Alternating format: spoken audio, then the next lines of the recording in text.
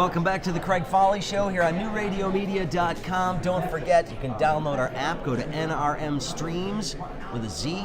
Look that up on, of course, Apple or the Google Store, and you can find our app there and listen to the program whenever you like. Of course, all of our old broadcasts are available for you there, and audio-only podcasts are available through both iTunes and Google Music. So, lots of ways to find the program. Just glad that you are doing so.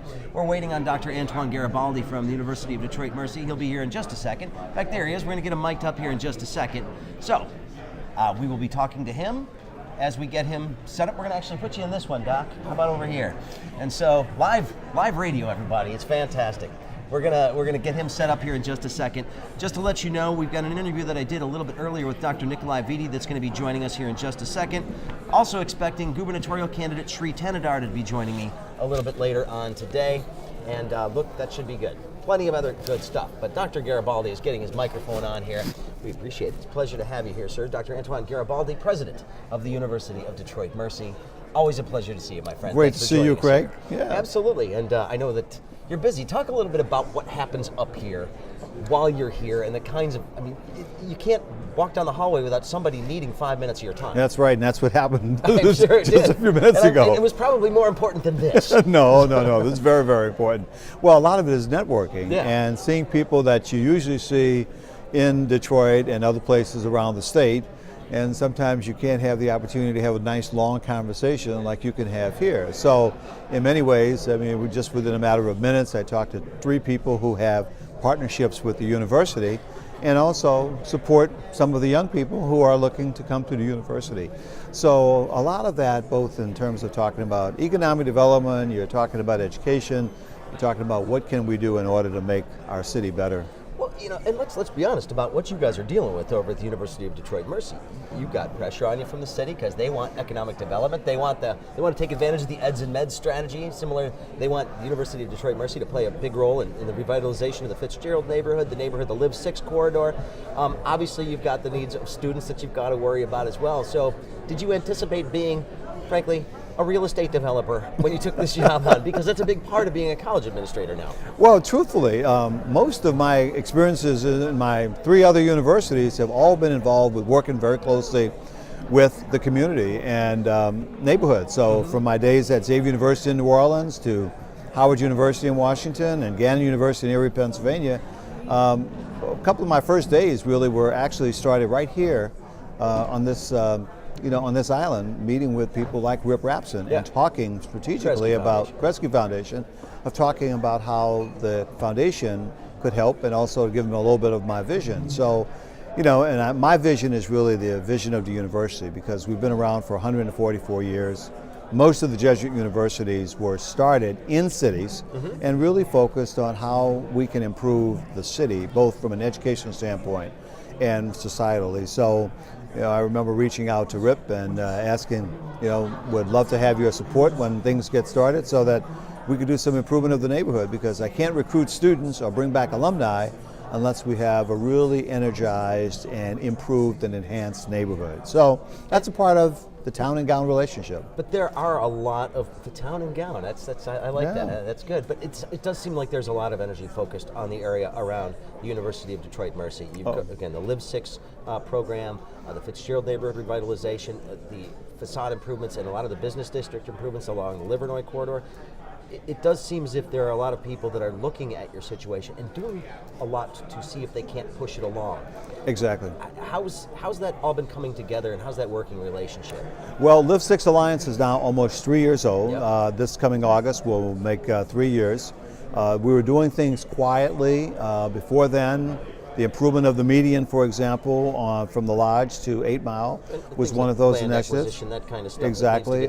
Some of the things that have happened. Not the sexiest stuff, but no, but it's important because it is visible to the community and it's visible to people who come into the neighborhood periodically. So it's going real well. The Live 6 Alliance was really created as a partnership between us and also the Kresge Foundation, a number of other government agencies, to try to improve economic development. So we started off with 4 key goals, and those are still very strong. Placemaking, neighborhood stabilization, business attraction and retention, and safety and security. And those evolved from our talking with neighbors and talking with people in the neighborhood, like what's important, so they want the placemaking as part of being a destination and also getting people involved in the conversation about what they would like to see. So we've had substantial financial support from the Kresge Foundation and also the Knight Foundation for the Fits Forward project. And then also JP Morgan Chase, Tasha Tabron is on our board, and she's also made a very substantial contribution for some of that community development. So a part of it right now is getting individuals who have entrepreneurial interests to come into the neighborhood, to reestablish some of those retail establishments on the McNichols neighborhood in the same way that between 7 Mile and 8 Mile has become over the last few years. Sure. At the same time, we have neighborhoods like the Fitzgerald neighborhood, Martin Park, Pilgrim Village, that really need some strengthening and need some attention so that they could be as robust as University District, Palmer Woods, Sherwood Forest, and also the Bagley neighborhood. So it's a lot of little things, and getting the political leaders together, the foundations are there, getting some corporate supporters and sponsors are really beginning to take root. Obviously, a lot of the focus this week up here is going to be on the K-12 education system. What is Michigan prepared? When you take a look at this from a university perspective, right, what do you see as your role in aiding and abetting improvement in the Detroit public schools, charter school, anything, any sort of educational vehicle that exists in a city that you occupy? How can the university be a part of that? Sure. Well, you probably know my background started off as an elementary teacher and then chairman of education department at Xavier University in New Orleans. So education has always been a part of my life. So one of the first things I did when I came is I reached out to many of the principals of the public schools as well as to the parochial schools and said we really want to have more involvement there. One of the initiatives that we have going on now very successfully is our dual enrollment program, which takes juniors and senior high school students into the university to take a course or two during the course of an academic year. We have a large number of students from both public high schools. I'll give a shout out to Renaissance, Mumford, for example. We have parochial schools like U of D Jesuit, Mercy High School, and a number of others where our students, those students come and take classes. But one of the things that I hear most often from some new, younger residents into the neighborhood is that they want to stay there. They want to have their children attend elementary schools right there within that area. So there's some strengthening that's needed from some of those elementary schools as well as some of the high schools in the area. I discovered when I came here that a large proportion of Detroit students were actually going to school outside of the city of Detroit in many private and charter schools. And most parents told me the reason why is because that there weren't enough in the schools and they did not have the same kind of confidence in the schools. I think that Superintendent Vitti has really re-engaged the community with that. So I've been talking with him about partnership opportunities that we can have, ways in which our faculty in all of our 7 schools and colleges can help. So everything from as far as our Detroit Titanmobile in our School of Dentistry, for example, they go out and they visit the schools. That's very important. In the same way, whether it's business, our College of Health Professions, or architecture, or engineering and science, all of those programs are very, very instrumental in helping out the schools. So our faculty can really partner with some of the teachers, and we try as much as possible to expose the students to the university offering. We have a new Upward Bound program which we received last year. The 60 students who are participating in that, they'll have 4 to 5 weeks this summer, are coming from Osborne High School and from Frederick Douglass Academy. Okay. 2 programs that we said those were programs that we felt really needed. At the same time, we still support DAPSEP. We have lots of camps during the year that are on Saturdays and some during the course of the summer that are exposed to students. So, the town and gown relationship that I talked about is the old school adage that always said that universities were very much a part of the communities in which they existed. Sure. So when people come up to us and said, can we work together on this? The answer is absolutely. Got about 2.5 minutes left here in this, and I do want to talk a little bit about enrollment, what's happening at the university, because I've sensed it. There seems to be a renewed uptick in interest in the University of Detroit Mercy. Applicants, a lot of enthusiasm about the direction that the university is going in right now. Talk about the health of the university and what you're seeing. Health of the university is very strong. This will be our 4th year of consecutive increases in our first year enrollment. When I came, it was 468 first year students. We've had 515, 530, 550 last year. We're shooting for a goal of between 575 and 600 this year. We have 5,800 applications. That's over 700 thus far than last year for the freshman class. 53% of our students in the first year class are choosing to stay in the city and live on campus. We also have... Which is a nice option for them. Absolutely, but it's also a choice that they're making because they could stay at home.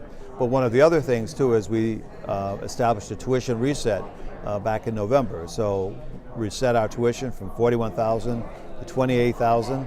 That's a 32% decrease. How were you able to do that? We're able to do it because we are banking on increasing the numbers of first-year students. So we had 550 last year. We're shooting between 575 and 600 to make up the difference. And that's extremely important. And these are students... So numbers do matter. Numbers do matter, and we know what the competition is. Well, that's exactly it. It is hyper-competitive out there. And you've got new universities coming online all the time. Speaking of online universities, do you get a sense that people are recognizing that that's not the same thing as going to a four-year institution? Absolutely. Well, we have 100 students, for example, from Catholic high schools that have already committed already. Nice. We started a Catholic education grant awarding scholarships to students from the Archdiocese schools over 4 years ago. That's also been a plus. We have our alumni engaged. We have raised $85 million toward a $100 million campaign. Got about 18 months yet to go. And a lot of that has been supporting scholarships for these prospective students. Sure. So they all go hand in hand, and with our high rankings already, and many of the students are interested in some of the academic programs that we have right now, we know that there's a great interest in the university. So all we say is come and take a look. And when they come and take a look, they make a decision, and we've been very fortunate to be able to receive them. One last thing, the numbers of 18-year-old students in the state of Michigan has been declining rapidly over the last few years. So that's one of the reasons why we have consolidations of schools, because there are not enough students to fill up those schools. So that's the additional competition that all of our universities are facing as we're moving forward. Well, Dr. Garibaldi, we always appreciate your time. Craig, thanks so much. University of Detroit Appreciate Mercy, it very always much. A pleasure. And keep in mind, this is the Craig Fahle Show on newradiomedia.com. When we come back, we're going to talk to Dr. Nikolai Vitti of the Detroit Public Schools. Stick around. Detroit Public Schools Community District. Got to make sure I get that in there. Have a great time. Great.